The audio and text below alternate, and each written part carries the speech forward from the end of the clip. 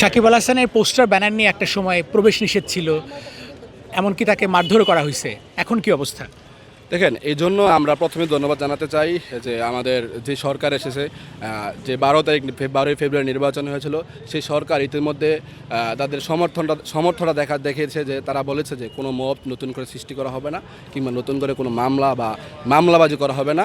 আজকে হয়তো 25 দিন হয়েছে, আমরা দেখতে পেরেছি এই সরকার প্রশংসা কুড়াচ্ছে।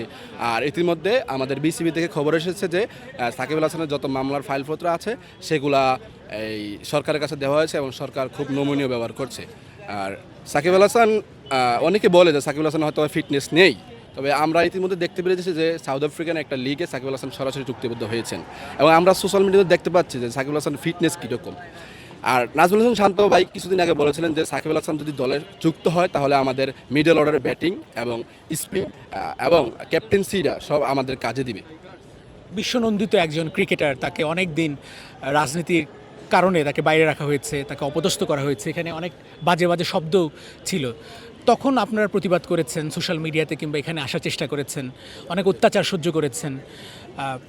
মানে সাকিবকে ভালোবাসার কারণটা যদি আপনার কাছ থেকে জানতে চাই। দেখেন, সাকিব আল হাসান যখন ভালো খেলতেন কিংবা খারাপ খেলতেন আমরা সমালোচনা করতাম। যখন একটা একপেশি হয়ে গেল যে সাকিব আল হাসান মাত্র 6 মাস রাজনীতি করার জন্য সাকিব আল হাসান দলে খেলতে পারছেন না, আমরা যদি একটু গভীরে দেখি যে 2024 সালে যখন নির্বাচন হয়েছিল, তো সেখানে 300টি আসনে আওয়ামী লীগ প্রার্থী ছিল, সংরক্ষিত আসনে 50 জন মহিলা ছিল 350, এবং আমাদের যে আমরা উপজেলা যদি দেখি, বাংলাদেশে প্রায় 4450টার মতন উপজেলা, সেই উপজেলা চেয়ারম্যানগুলো এখনও আওয়ামী লীগের তারা দেশে আছে। এবং যদি আমরা ইউনিয়নে দেখি, সারা বাংলাদেশে 4500 মতন ইউনিয়ন, সেই আওয়ামী লীগের চেয়ারম্যানগুলো কিন্তু এখনও বাংলাদেশে রয়েছে। কিন্তু সাকিব আল হাসান বাহির থেকে দেশে আসার জন্য চেষ্টা করছেন, যেখানে এই দেশের আওয়ামী লীগ যারা করেছেন তারা দেশ থেকে পলায়নের চেষ্টা করছেন, সেখানে সাকিব আল হাসান নিজ উদ্যোগে দেশে আসার চেষ্টা করছেন। এবং কিছুদিন আগে আমরা দেখেছি শেয়ার বাজারের যে কারসাজি, সাকিব আল হাসান বলেছেন যে আমি শেয়ার বাজারে কোনো কারসাজি করিনি, সেটা দুদক প্রমাণ করেছে। এবং সাকিব আল হাসান এখন বলছেন যে আমি বৈষম্যবিরোধী ছাত্র আন্দোলনে এমন কোনো কাজ করিনি যেখানে আমার নামে মামলা হবে। এই জন্য আমরা সাকিব আল হাসানের পক্ষে দাঁড়িয়েছি। প্রায় বাংলাদেশের 16 কোটি মানুষ চায় যে সাকিব আল হাসান ক্রিকেটে ব্যাক করুক, এবং কেননা সাকিব আল হাসান বিশ্বনন্দিত একজন ক্রিকেটার, বিশ্বে অলরাউন্ডার, তাকে বাংলাদেশে খুবই প্রয়োজন। আমি আরেকজনকে জিজ্ঞেস করতে চাই, আপনার এখানে লেখা আপনি আমার মনের রং, তুলির এক প্রাকৃতিক সৌন্দর্য, যা কখনো ছুঁয়ে দেখতে পারি না, 75 ভালোবাসি সাকিব ভাই রানা। আপনি কি রানা? আচ্ছা রানা, সাকিব আল হাসানকে তো অনেক কারণে ভালোবাসা যায়। আমি যদি আপনার কাছ থেকে জানতে চাই, কী কারণে আপনি সাকিব আল হাসানকে ভালোবাসেন? সাকিব আল হাসান বাসা বেশি কারণ লাগে না ভালোবাসতে, বিশেষ করে সাকিব আল হাসান ভালোবাসে মানে ক্রিকেটের কারণে, এবং সে খুবই একজন ক্রিকেটার এবং ড্যাডি অফ অলরাউন্ডার। তো তাকে ভালোবাসার কোনো কারণ দেখছি না। আপনি কি মনে করেন যে কী কারণে আসলে সাকিব আল হাসানকে আসতে দেওয়া হয় নাই, এবং এর পেছনে সাবেক উপদেষ্টা আসিফ মাহমুদের কোনো ভূমিকা আছে কিনা? হ্যাঁ, অবশ্যই, এটা তো নিজেও মুখে উনি স্বীকার করছে, অবশ্যই তার ভূমিকা রয়েছে। মাত্র 7 মাসের রাজনীতির কারণে সাকিব আল হাসানকে সাথে যে এমনটা করলো আসিফ মাহমুদ সজীব ভুইয়া, তা মোটেও ঠিক করে নাই।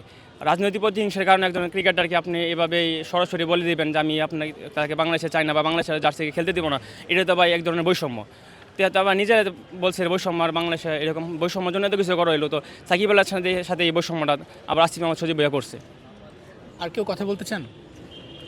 আচ্ছা, ক্রিকেটারদের কোনো রাজনৈতিক পরিচয় নেই। ক্রিকেটাররা বাংলাদেশ সবার মাননীয় প্রধানমন্ত্রী তারেক রহমানের কাছে একটাই আকুল আবেদন যে সাকিব আল হাসানরে আমাদের ক্রিকেটের মাঝে আবার ফিরে আনে। আমাদের বর্তমান যে বাংলাদেশ ক্রিকেটের যে নাজুক অবস্থা, এটাকে আরও উজ্জীবিত করতে আগ্রহ তারেক রহমানকে। আমি এতটুকু বলতে চাই, আমাদের সাকিব আল হাসান দেশে আসবে এবং ক্রিকেট খেলবে, আমাদের মাঝে আবার ফিরে আসবে।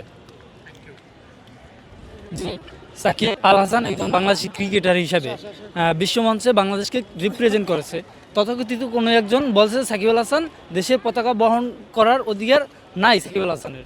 তো কথা হচ্ছে, এখনও যখন সাকিব আল হাসানের কোনো রেকর্ড আসে ক্রিকেট বিশ্বে, লাস্ট টি20 ওয়ার্ল্ড কাপেও তখন দেখা যাচ্ছিল যে হাইয়েস্ট উইকেট টেকার এখনও সাকিব আল হাসান আছে, কিন্তু ওই যে বাংলাদেশের পতাকাটাই বহন করছেন এখনও তিনি। সো যারা বলছে যে বাংলাদেশের পতাকা বহন সাকিব আল হাসান করতে পারবে না, আমি তাদেরকে বলবো যদি পারেন তাহলে বিশ্বমঞ্চ থেকে পারলে আপনি সাকিব আল হাসানের নামটা সরাই দেখেন। জানি পারবেন না, আপনারা যারা বলেন এই কথাটা, আমি তাদেরকে উদ্দেশ্য করে চ্যালেঞ্জ দিলাম। হ্যাঁ, আর সাকিব আল হাসানের বক্তব্য অসার্থক দেখলেই তারা যে কোনো একটা ট্যাগ দিয়ে দেয়। আমি সেই সাথে আমি বলবো সাকিব আল হাসানকে ভালোবাসতে কোনো দল লাগে না। সাকিব আল হাসান ক্রিকেটের মানুষ, আমরা ক্রিকেটকেই ভালোবাসি, আমরা ক্রিকেটকেই বুঝি, আর আমরা ক্রিকেট মানে সাকিব আল হাসানকে বুঝি। Thank you.